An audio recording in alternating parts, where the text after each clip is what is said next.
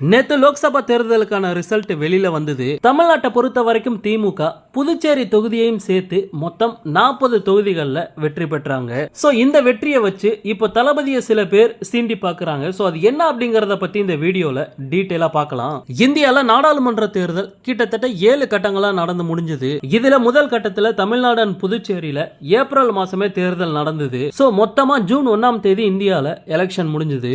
இந்த எலெக்ஷனுக்கான ஓட்டு எண்ணிக்கை ஜூன் 4ஆம் தேதி, அதாவது நேத்துக்கு நடந்தது. தமிழ்நாடு and புதுச்சேரியை பொறுத்த வரைக்கும் மொத்தம் இருக்க 40 தொகுதிகளிலுமே திமுக வெற்றி பெற்றது.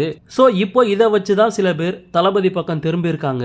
அதாவது திமுகவோட வெற்றியை வச்சு சோசியல் மீடியால என்ன சொல்றாங்க அப்படின்னா, திமுகவோட வெற்றியை பாருங்க, இவ்வளவு பெரிய கட்சிக்கு முன்னாடி உங்களால நிக்க கூட முடியாது. காலங்காலமா இருந்த கட்சிகள் கூட இப்ப திமுக கிட்ட டெபாசிட் கூட வாங்க முடியாம இருக்காங்க. இப்படிப்பட்ட நிலைமையில 2026ல நீங்க ஆட்சியை பிடிப்பீங்க அப்படின்ட்டு வெளியில சொல்லிக்கிட்டு இருக்கீங்க.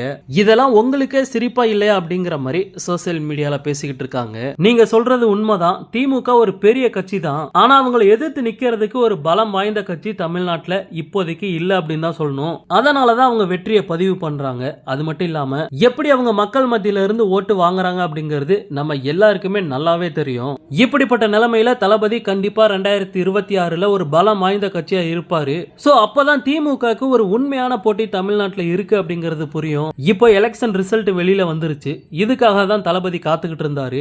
இனிமேல் அவரோட அரசியல் வேகம் சூடு பிடிக்கும் அப்படின்னு தான் சொல்லணும். தளபதி என்னென்ன பண்ண போறாரு அப்படிங்கறத வெயிட் பண்ணி பார்க்கலாம். ஓகே நண்பா, இந்த மாதிரி தளபதியோட எல்லா அப்டேட்டுமே மிஸ் பண்ணாம பார்க்க நம்ம சேனலை சப்ஸ்கிரைப் பண்ணி சப்போர்ட் பண்ணுங்க. தேங்க்யூ.